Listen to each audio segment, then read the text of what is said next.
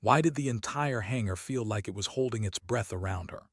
That was the question no one dared to voice as Sergeant Eva Rostova stood alone on the training mat, small, quiet, unassuming, yet somehow radiating a stillness so heavy it seemed to press against the walls. 300 soldiers surrounded her, shifting uneasily under the desert heat as Captain Miller circled like a performer hungry for applause. And they gave it to him. Nervous laughter, forced cheers, the kind of hollow noise people make when authority demands it. But beneath that noise, something else stirred. A tension, a warning, a sense that the story unfolding before them was not the one Miller thought he was writing. Eva said nothing. She never did when silence would reveal more than words. Captain Miller paced in front of her, broad-shouldered, sweating through his tight shirt, performing his usual sermon about dominance, battlefield psychology, and the myth of physical superiority. His voice echoed through the steel hangar like a cheap amplifier, loud, distorted, desperate to be believed. And maybe once it had worked. Maybe once young soldiers mistook volume for leadership. But today felt different. Something subtle was shifting. And no one could explain why every time they looked at that quiet logistics sergeant, their stomach tightened with an instinct older than language. But there was something she hadn't told them, not yet.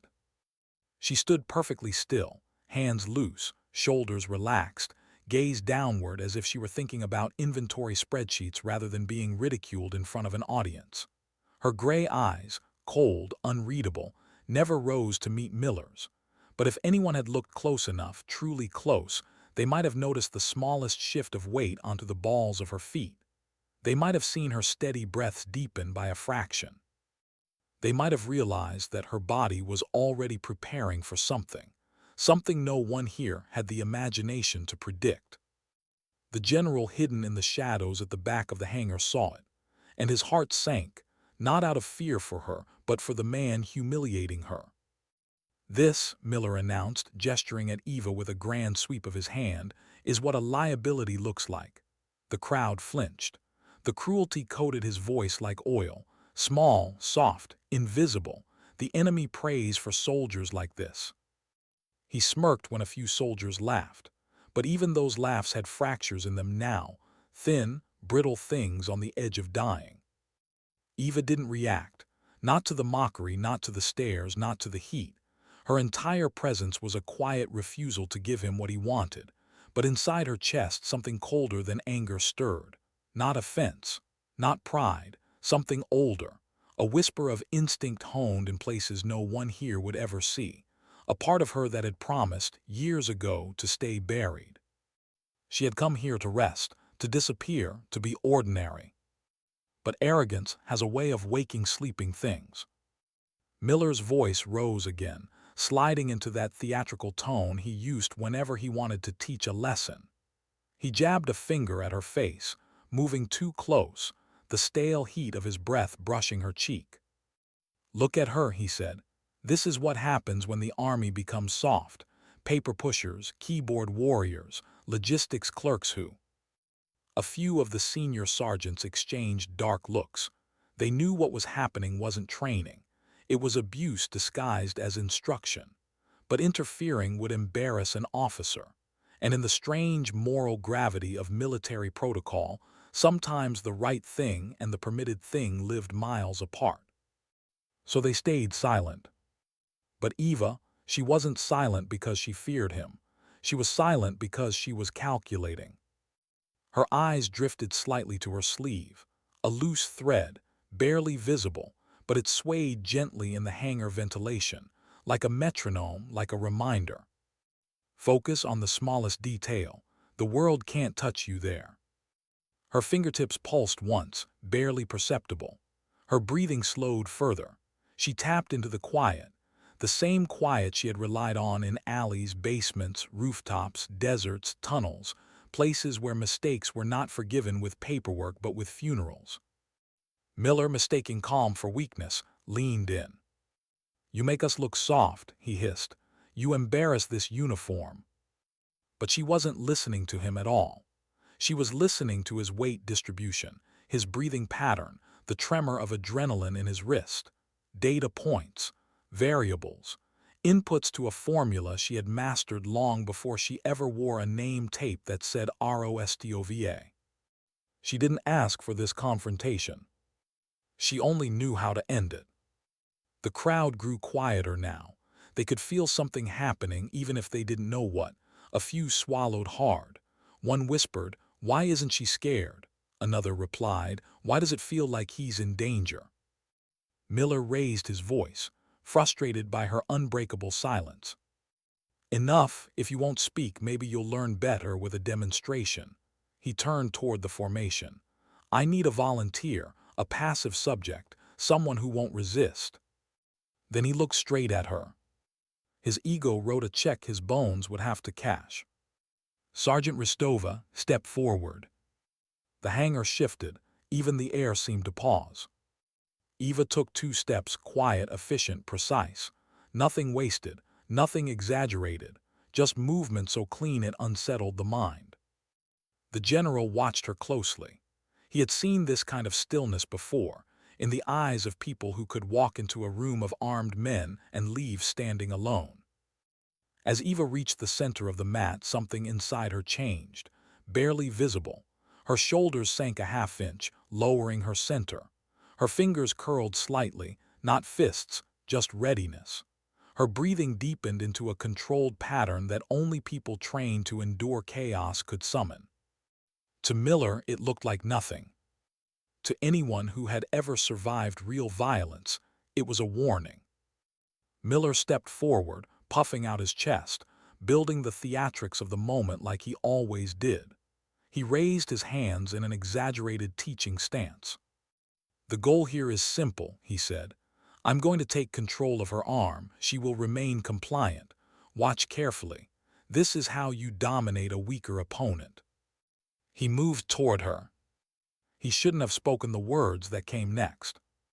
"I'm Black Ops." The soldiers leaned in, a collective inhale.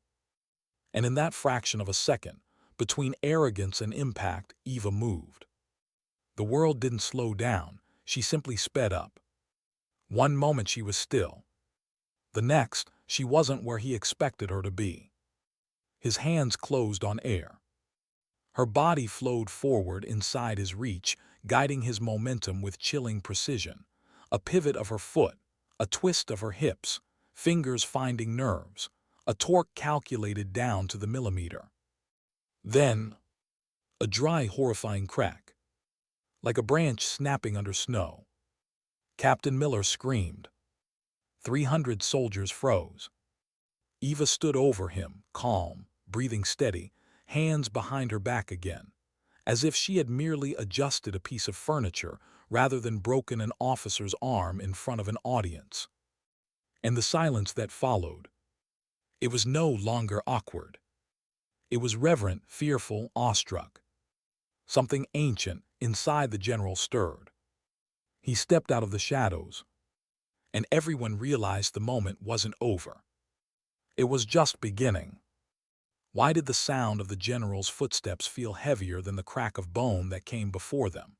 That was the thought rippling through the crowd as General Thorne stepped forward, his boots echoing across the hangar like a verdict already written. Soldiers straightened instinctively, the way people do when gravity itself changes. Even Captain Miller's ragged breathing seemed to quiet, as if fear had reached up and tightened around his throat. Eva didn't move. She remained exactly as she'd been after the takedown, hands behind her back, posture neutral, eyes calm. Not triumphant, not furious, simply present. And that unnerved the formation more than any scream or boast could have. A woman who could shatter a man without breaking her own composure was something the human mind wasn't built to categorize. General Thorne approached slowly, not rushing, not hesitating, measuring each step like he was walking toward a memory rather than a soldier. The older NCOs watched him with a wary curiosity. They served under generals before, some who led by fear, others by wisdom. But Thorne moved like a man who had seen the inside of too many truths classified beyond clearance. A man who recognized ghosts when he saw them. And right now, he was walking toward one. He didn't look at Miller, Not once. His eyes were locked on Eva with a kind of recognition that made shivers crawl up the backs of those watching. There was something the general knew. And there was something Eva wasn't saying. The crowd waited for yelling, for accusations, for protocol, for discipline. That's what the army knew: layers of hierarchy, rules, consequences. But what filled the air was something deeper, something ancient. Like the general was approaching a former equal, not a subordinate. He stopped a few feet from her. A long moment passed. No one breathed. The general looked at the angle of Miller's arm, unnatural, grotesque, and then back at Eva. His jaw tightened, but not with anger, with certainty, like a puzzle piece had clicked into place. A single word left his mouth, soft, measured, final. Systema. Gasps rippled through the crowd, not because they understood the word, most didn't, but because the general wasn't asking. He was identifying. Numbing. Revealing. His eyes narrowed just a fraction, the smallest spark of something like nostalgia or dread. That wasn't a basic joint lock, he continued quietly. That was a spiral takedown with a terminating humorous break, clean, controlled, seamless. He paused. I haven't seen that executed with this level of precision since Minsk. Two intelligence officers in the back stiffened. A few NCOs exchanged stunned looks. Most soldiers simply blinked, confused and unsettled, because they didn't know what Minsk meant. They didn't know why the general sounded like he had just spoken a ghost story. But Eva knew. And she exhaled once, subtle, steady, acknowledging the truth silently, like a candle flickering in a dark room. The general tapped the device strapped to his wrist, one of those hardened data pads only command staff used.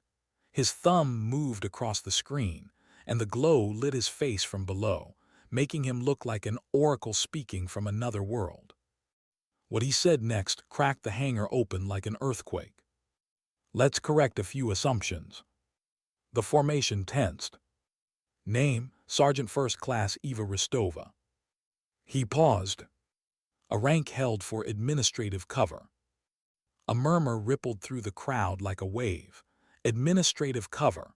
Soldiers exchanged bewildered glances. That wasn't a phrase used lightly. That wasn't a phrase used publicly at all. True designation, the general continued, eyes still on the screen. Operative, call sign SYRIN. Every intelligence officer present felt their stomach drop. Attached to Special Mission Unit 7, he read, the Directorate. Silence. Not shock. Silence. The kind that feels like the ground disappearing under your feet. The Directorate wasn't talked about openly, not even in whispers. It was a myth mothers of special operators used to warn their sons. Don't lie about your training. Don't brag about your deployments. One of them might hear you. Even most elite units didn't know if it truly existed. Combat hours classified, the general went on. Estimated in excess of 4,000 across Tier 1 and Omega Protocol missions. A younger soldier mouthed silently, Omega. An older one whispered, no way, that's not real, that's not. But the general wasn't finished. Decorations all sealed, none appear in her public record. His voice lowered, almost reverent. Unofficially, she has earned the Intelligence Star twice, he said. The Distinguished Service Cross 3 times, and the St. Michael Medallion. Someone actually swore out loud. No one cared. The St. Michael Medallion wasn't rare. It was practically mythological. Most people didn't believe it existed. The few who did assumed it was awarded posthumously. And the citation, the general said, simply reads, for actions in Damascus, alone. The word echoed. Alone. The soldiers stared at her differently now, not with fear, not entirely, more like they were realizing they had been standing beside a tidal wave disguised as a puddle. But she didn't flinch, she didn't step forward, she didn't fold under the weight of her own truth. She just breathed. Steady, anchored, present. General Thorne lowered the tablet and finally met her eyes. For a heartbeat, something like mutual recognition passed between them, a shared understanding carved from missions no one else in that hangar could imagine. It wasn't respect based on rank or protocol. It was the silent bond of people who had survived the kinds of nights that stole entire weeks of sleep. The general straightened, and the hangar seemed to align with him. He raised his hand and gave Sergeant Eva Ristova a perfect, formal salute. 300 soldiers felt their skin prickle. A salute like that wasn't given to a subordinate. It was offered to a warrior, to an equal, to someone whose actions shaped the course of things unseen. Eva returned the salute with the same crisp precision. "No apology necessary, General," she said quietly. "The captain created a training opportunity." Her voice was calm, controlled, emotionless. And it was more devastating than any accusation. Miller, cradling his broken arm, felt the words like salt in a wound he had carved himself. The general's face hardened. Whatever warmth he'd shown evaporated like water on desert asphalt. He turned to the formation. And what came next was not a speech. It was a sentence. "You witnessed the failure of ego," he said. "You witnessed what happens when arrogance replaces professionalism, when appearance replaces competence, when rank replaces respect." He swept his gaze across every soldier present. "This is the cost." The crowd stood frozen. Not one dared shift. He wasn't a man speaking anymore. He was a truth being delivered. "You are dismissed," he finished coldly. "Think about what you saw today. Think about who you follow. And think about the quiet professionals walking beside you." The formation slowly broke apart. But no one moved toward the exits. They watched her. They watched the small woman with the quiet eyes and the still hands and the past nobody understood. They watched the ghost who had walked briefly into the light. And they realized they would never see her the same way again. Why did the base feel different the moment she walked through it afterward? That question spread through whispers long before anyone dared speak Eva's name out loud again. 300 soldiers had watched a truth unfold they were not prepared for, and truth always leaves a mark. The hangar doors closed behind her, but the echo of what happened there refused to fade. It clung to the walls. It haunted the air. It rewrote reputations, loyalties, hierarchies, quietly, irrevocably. Eva moved through it all the same way she always had. Unobtrusive, steady, hair pulled back, steps measured. But now eyes followed her, careful, reverent, uncertain. Some filled with awe, some with fear, some with something heavier. A hunger to understand how someone so small, so silent, could carry that much weight inside her without ever showing it. She felt all of those eyes. And she hated it. Attention was a punishable sin in her world. It wasn't their fault, she told herself. What they saw today contradicted everything they thought they knew about strength. They had grown up inside a system that rewarded noise, big attitudes, loud confidence. Men like Miller were forged by that system. And now the entire base had watched that model collapse beneath the pressure of one quiet moment executed by one quiet woman. Eva didn't resent them for starring. She resented herself for letting anything surface. The directorate had a rule: power is worst when witnessed. She broken that rule today, and not because she wanted to, not because she needed recognition, only because Miller's ego had pushed her into a corner where the quiet option no longer existed. And to survive, she always chose survival. Even now, hours later, she replayed the moment in her mind. Not the break, not Miller's scream, but the half-second before impact, when everything in her stilled and the part of her she tried to bury, the part trained in rooms without windows and missions without names, rose up like a reflex she couldn't smother. She tried to push it down again. But ghosts rarely stay buried when disturbed. At the logistics depot, soldiers parted to let her pass. They did it automatically, almost ritualistically. No words, just respect formed from fear and admiration tangled together. Inside, the depot was the same as always. Stacked crates, humming lights, the smell of grease and diesel and dust. Ordinary chaos. Routine, predictable, safe. Eva stepped into her small desk space tucked between shelves of parts she could catalog in her sleep. The mundane comfort of supply forms and manifests wrapped around her like a blanket. Her fingers brushed the edge of her clipboard, grounding herself in something normal, something clean. She exhaled slowly. For a moment, she allowed the silence. Then she heard deliberate steps behind her. Someone was approaching, hesitant but determined. She didn't turn, she didn't tense. She simply waited. Sergeant Ristova, a young private, barely old enough to shave, stood stiffly at attention behind her. His cheeks flushed red the moment she turned to face him. His eyes darted everywhere except at her. "Private," she said softly. He swallowed hard. I was there today in the hangar." She nodded once. She didn't fill the silence. She let him choose his words carefully.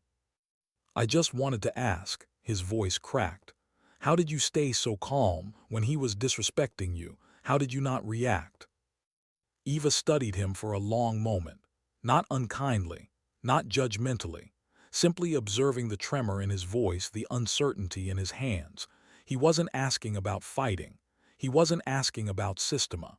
He was asking about control, about dignity, about the kind of strength that didn't show up on a physical fitness test. She set her clipboard down. "Discipline," she said gently, "is about controlling your emotions first, your actions second, and your assumptions last." The private frowned slightly, trying to piece it together. She continued, "Anger is easy, reacting is easy, noise is easy, stillness," she tapped her own chest lightly.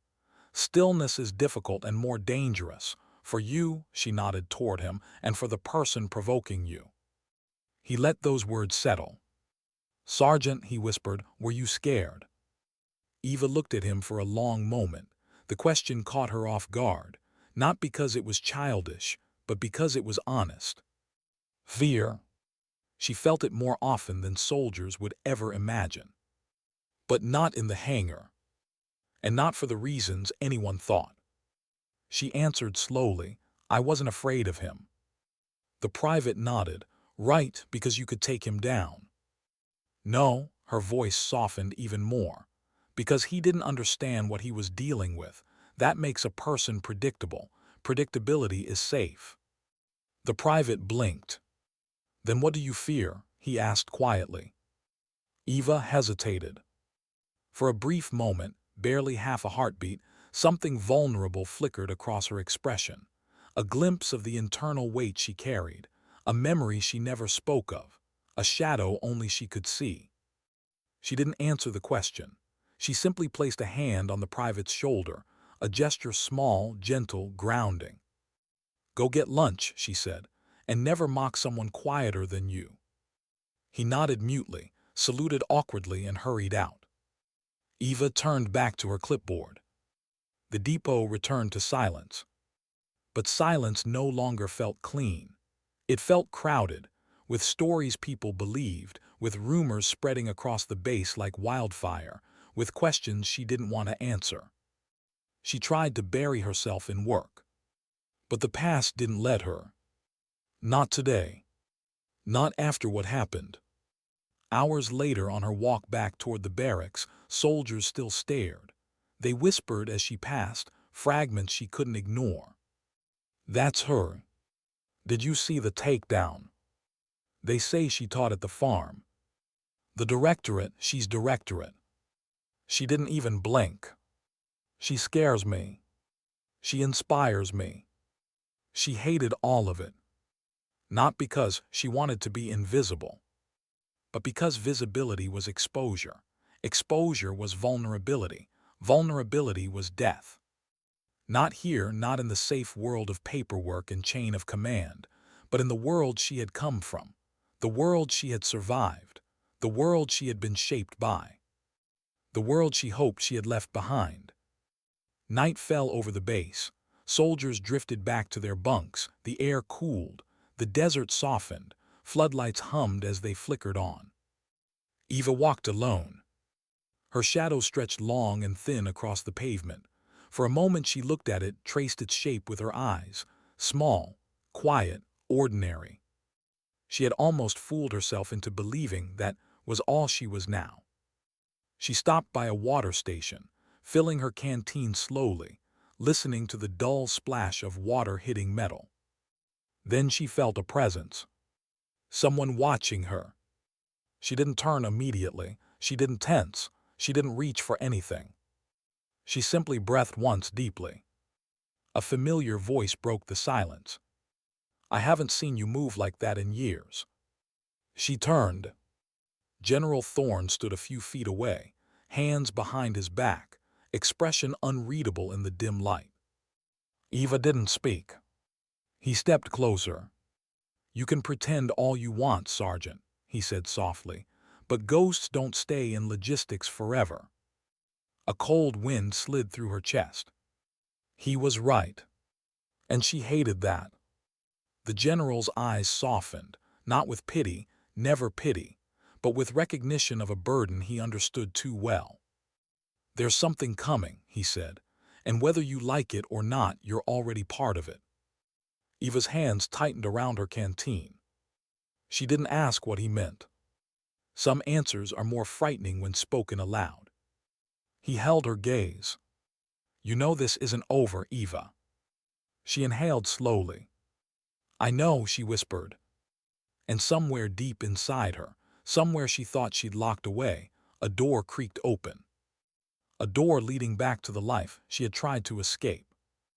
Why did it feel like the night itself was watching her?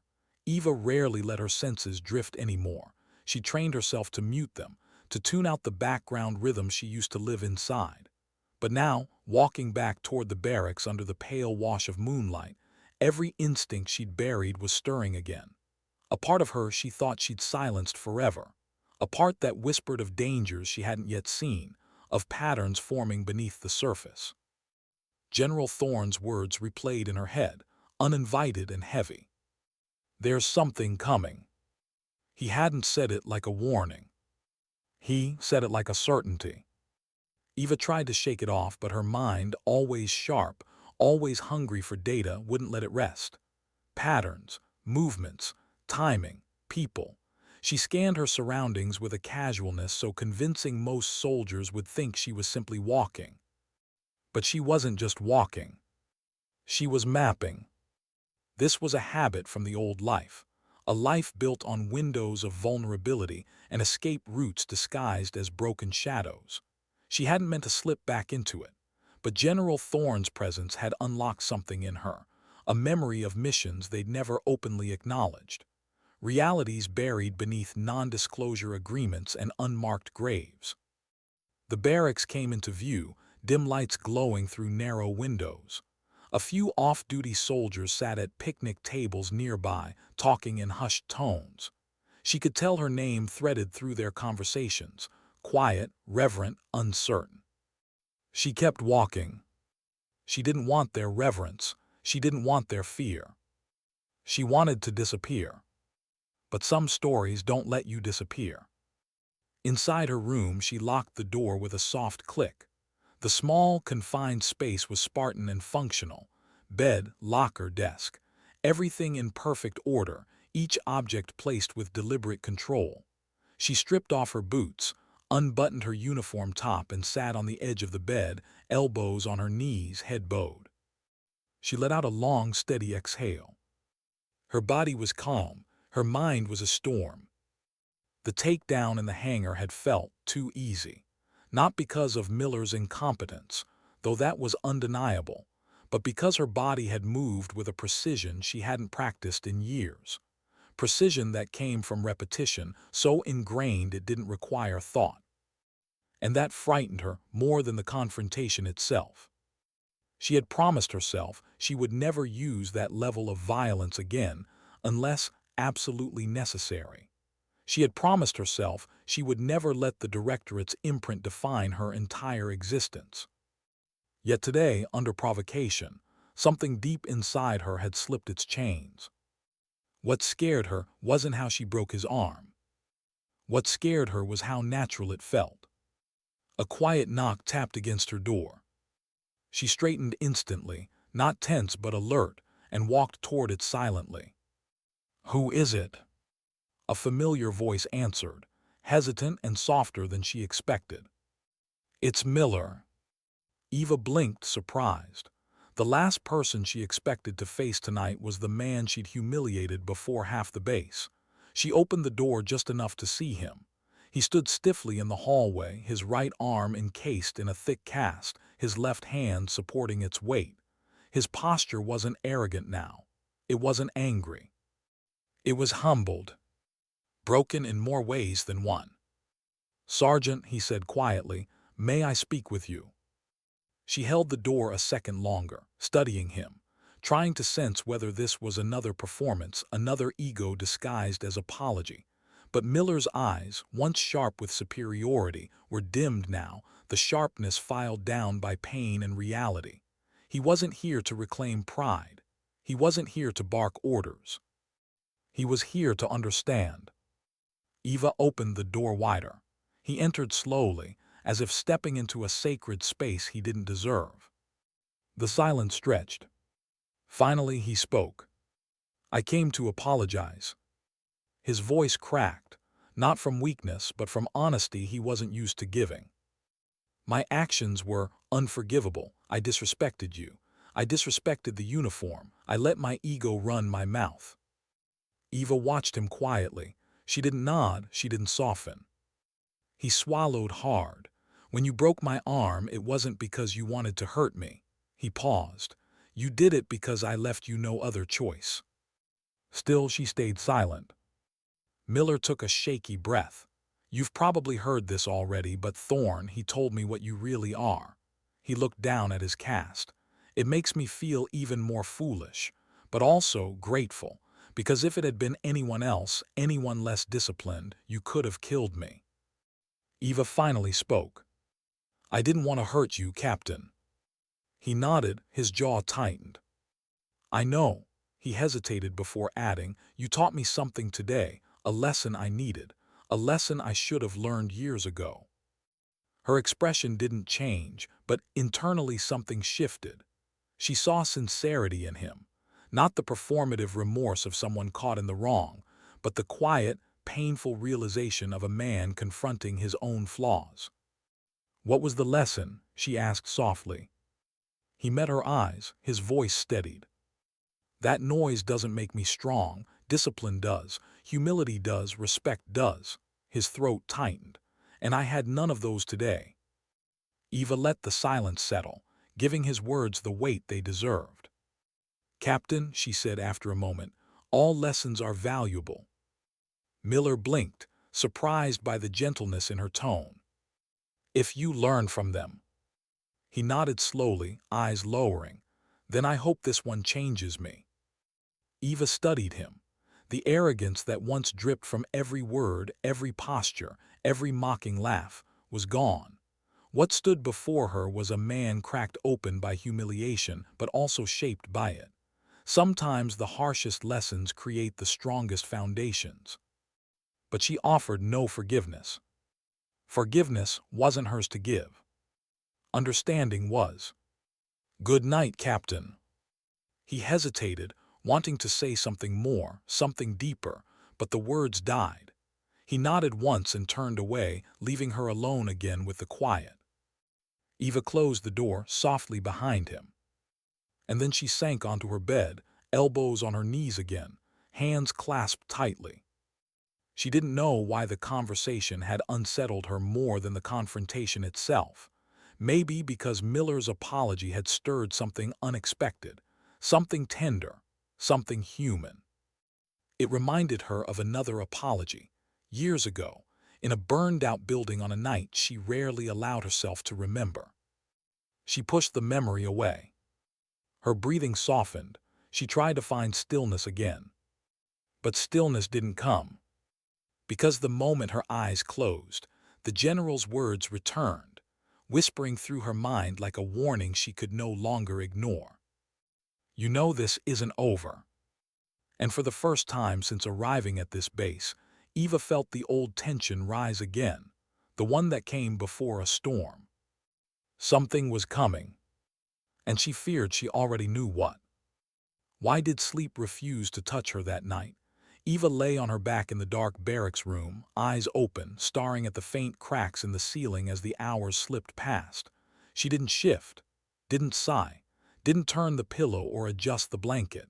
Her breaths remained slow, even controlled. To anyone else she might have looked asleep.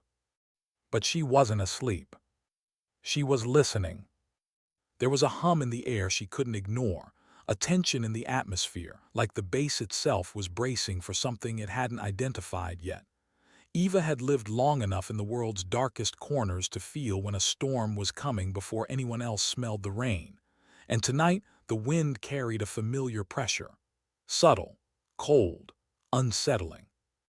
Her fingers tapped lightly against the sheet, an unconscious rhythm of thought. She hated that her body still did that, fell into silent tactical patterns whenever something felt wrong. She spent a year trying to be normal, trying to be a logistics sergeant who drank mediocre chow hall coffee and argued about supply budgets. But the directorate had trained her too well, too deeply. You don't unlearn survival. You only bury it. And now something was unearthing it. A faint rustle outside her window caught her attention. Not dangerous, just a soldier walking by. But Eva's senses tracked the footfalls anyway, identifying gait, weight, pace. She exhaled slowly, frustrated at herself.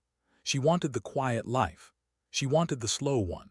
She wanted the world of spreadsheets and supply trucks and nights where the loudest thing she heard was the hum of fluorescent lights. She closed her eyes. But sleep still didn't come. What did come was a memory. Damascus. Smoke, broken glass, a shattered stairwell, a corridor lit only by flames and muzzle flashes, a man begging her to leave him behind, her own voice refusing, her hands pulling him through a hallway collapsing behind them. And then, a door slamming shut on a chapter she never meant to revisit again. Eva blinked the memory away. Her chest tightened, not with fear, but with a grief so old it was almost comfortable. A soft knock at her door snapped her out of it. 2 knocks. Pause. 1 more. She opened her eyes. That was a pattern. Not a random one. A coded one. She stood instantly, barefoot, silent, moving through the dark room with a practiced precision she hadn't used since she'd walked away from black operations. Her hand hovered near the lock. She didn't speak. The voice on the other side was calm. It's me, General Thorne. Eva opened the door. He stood alone in the dim hallway, wearing off-duty fatigues and the expression of a man who carried too much truth in too small a space. Sergeant, he said softly, walk with me. Eva didn't question him. She stepped into the hallway, closing the door quietly behind her. They walked side by side through the sleeping barracks, past rows of closed doors, past moonlit windows and humming vents. Only when they were far from listening ears did the general speak. You felt it too, he said. Eva didn't pretend she didn't know what he meant. Yes. He nodded, something shifting, something outside the usual chain of command noise. Eva waited. I got a call tonight, he continued. Not through official channels, a secure line. Eva's pulse tightened, but her face remained neutral. From who? Thorne didn't answer immediately. He kept walking, leading them toward a quiet stretch of the base where abandoned equipment sat under tarps and shadows. Someone we both know, he said finally. Someone who shouldn't be reaching out. Someone who hasn't resurfaced in 5 years. Eva's breath caught. Not visibly. Not audibly. But inside her chest, something cracked. A ghost she had tried to bury clawed its way to the surface. Who? She asked, though part of her already knew. Thorne stopped, turning toward her in the low light. Your former unit chief. Her stomach dropped. The Directorate didn't lose people. When someone disappeared from that world, it wasn't because they left. It was because they were erased. That's impossible, she said quietly. Thorne shook his head. He's alive, barely, and he reached out specifically for you. Eva felt the ground shift under her feet. Not physically, but in the way old wounds begin to ache before a storm. What did he say? She asked. Thorne exhaled. Only one sentence. He looked at her, eyes heavy with the knowing weight of an iceberg unseen beneath the surface. They found her.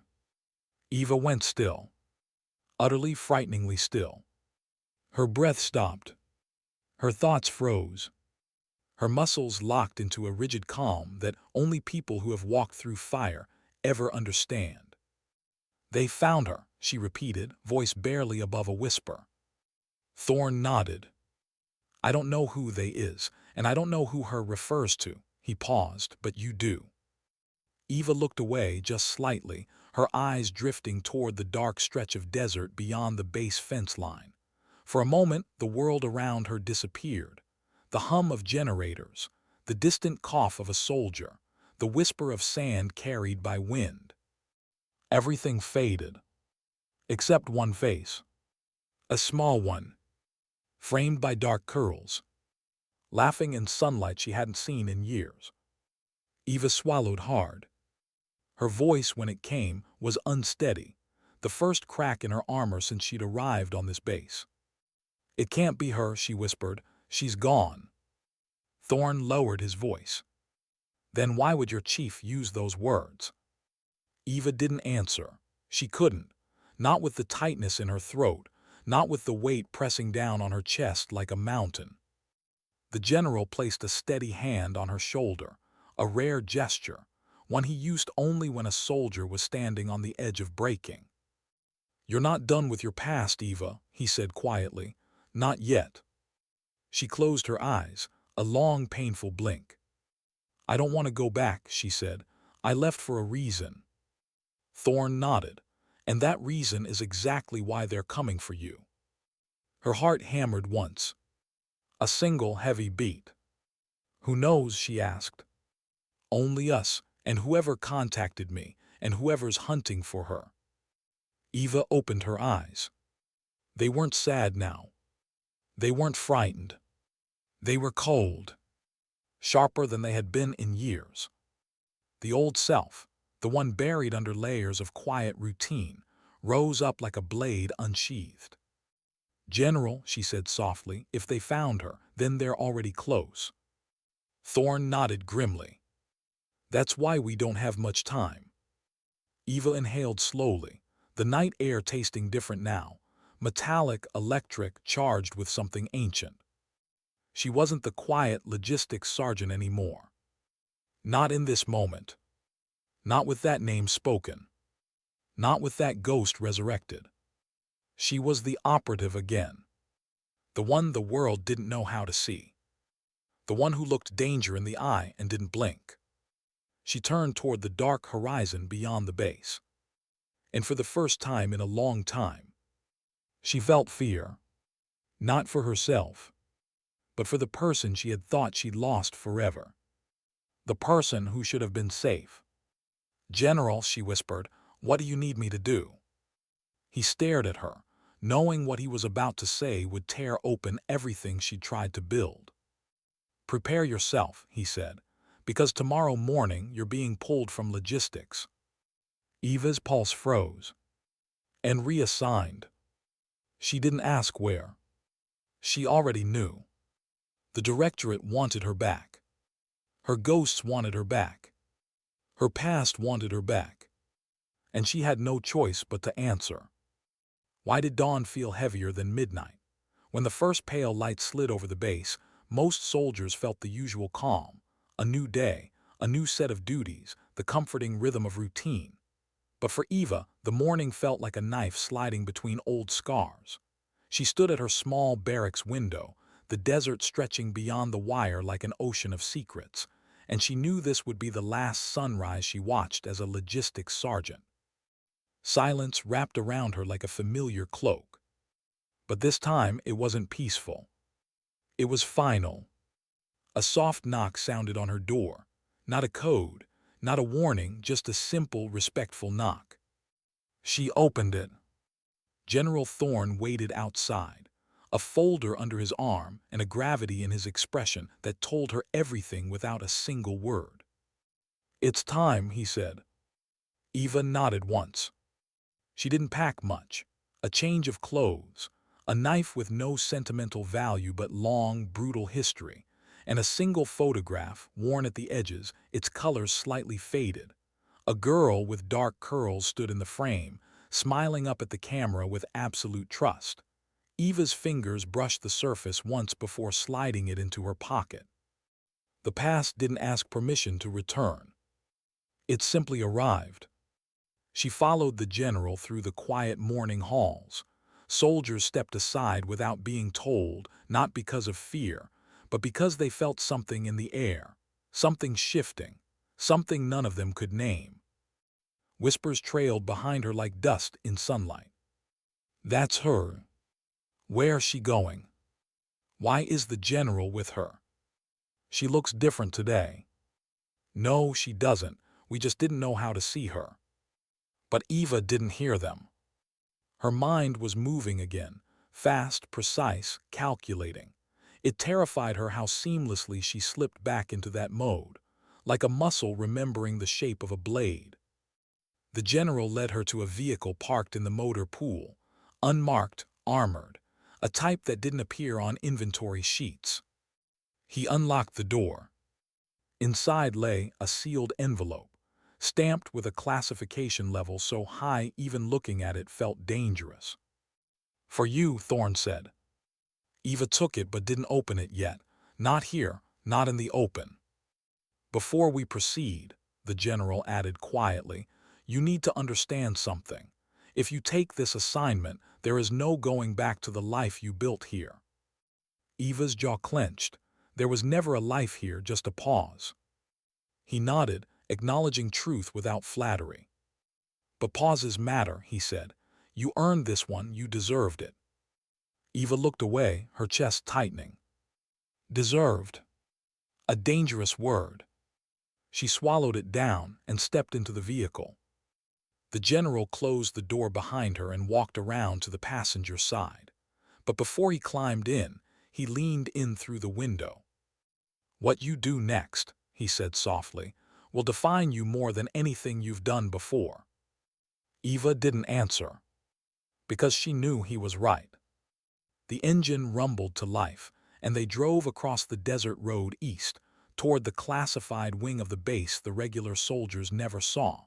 Security gates parted for them without question. Guards saluted without looking into the vehicle. Cameras rotated away as if trained not to record certain paths. And still, Eva didn't open the envelope. Not yet. She wasn't afraid of what it contained. She was afraid of what it would awaken. The vehicle slowed to a stop outside a reinforced bunker built into the rock, a place she had only visited once before. The door opened with a mechanical groan, followed by a burst of cold, filtered air. Thorne gestured for her to step out. "This is where the directorate operates now," he said. "Deep, quiet, unseen." Eva stepped inside. The hallways were familiar, different architecture, same soul, the same sterile hum, the same weight of unspeakable missions hidden behind unmarked doors. People in civilian clothes walked quickly, quietly, each carrying secrets heavy enough to break ordinary men. Eva walked among them, as if she had never left. The general led her to a silent conference room. A single chair sat in the center, a table, a dim light overhead. "Open it," he said gently. Eva sat. Her hands were steady as she broke the seal and unfolded the documents inside. A mission briefing, classified beyond top secret. A name, a location, a threat profile. And the last page. A photograph. Her breath hitched before she could stop it. A girl with dark curls. Older now, maybe 10. Wide eyes, thin arms, a forced smile that didn't reach her gaze. Eva felt everything inside her collapse inward. Not dramatically. Not visibly. Quietly. Violently. Thorne watched her. He didn't speak. He didn't need to. She was confirmed alive 2 weeks ago, he said softly. Held by a group we've been tracking for years. Someone leaked intelligence. Someone who knew about you. Eva's fingers shook for the first time in years. How long? She whispered. Long enough, he answered. Too long. Eva closed her eyes. Memories crashed into her, not like waves but like falling debris. A hospital room, a birth certificate without a father's name, a promise whispered into a tiny ear, a night of blood and betrayal that forced her to give the child up to a protected network. Protected. She almost laughed. Nothing is protected. Not forever. She opened her eyes again. And something had changed inside them. A resolve sharpened by pain. A fire built not from duty, but from love twisted into desperation. What's the mission? She asked. Thorne exhaled slowly. Recover the child, eliminate the cell, identify the leak. Eva nodded. But Thorne stepped closer. There's more, he said. This assignment is off-record, off-chain, no reinforcements, no extraction unless you make it yourself. Eva didn't blink. So nothing new. He allowed himself the smallest smile. Eva, this isn't like Damascus, he said quietly. This is personal. That makes it dangerous. For you, for her. I know. He handed her a slim case, metallic, fingerprint secured. Gear you'll need. She took it. He placed a hand on her shoulder, a gesture heavy with years of unspoken trust. No matter what happens, he said, bring her home. It wasn't an order. It was something deeper. She swallowed once. I will. He stepped back. Your transport leaves in 2 hours. Eva stood, gripping the photograph tightly. She looked at the girl's face one more time, her daughter's face, and something inside her settled with terrifying clarity. She walked toward the door. Every step silent. Every breath controlled.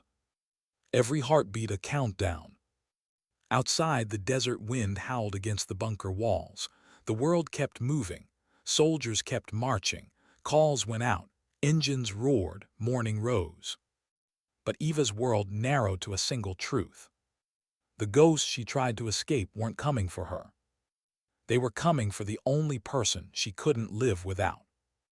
And she would burn the world before she let them take her. Sometimes dignity doesn't speak. It simply acts. And when it does, it becomes unstoppable.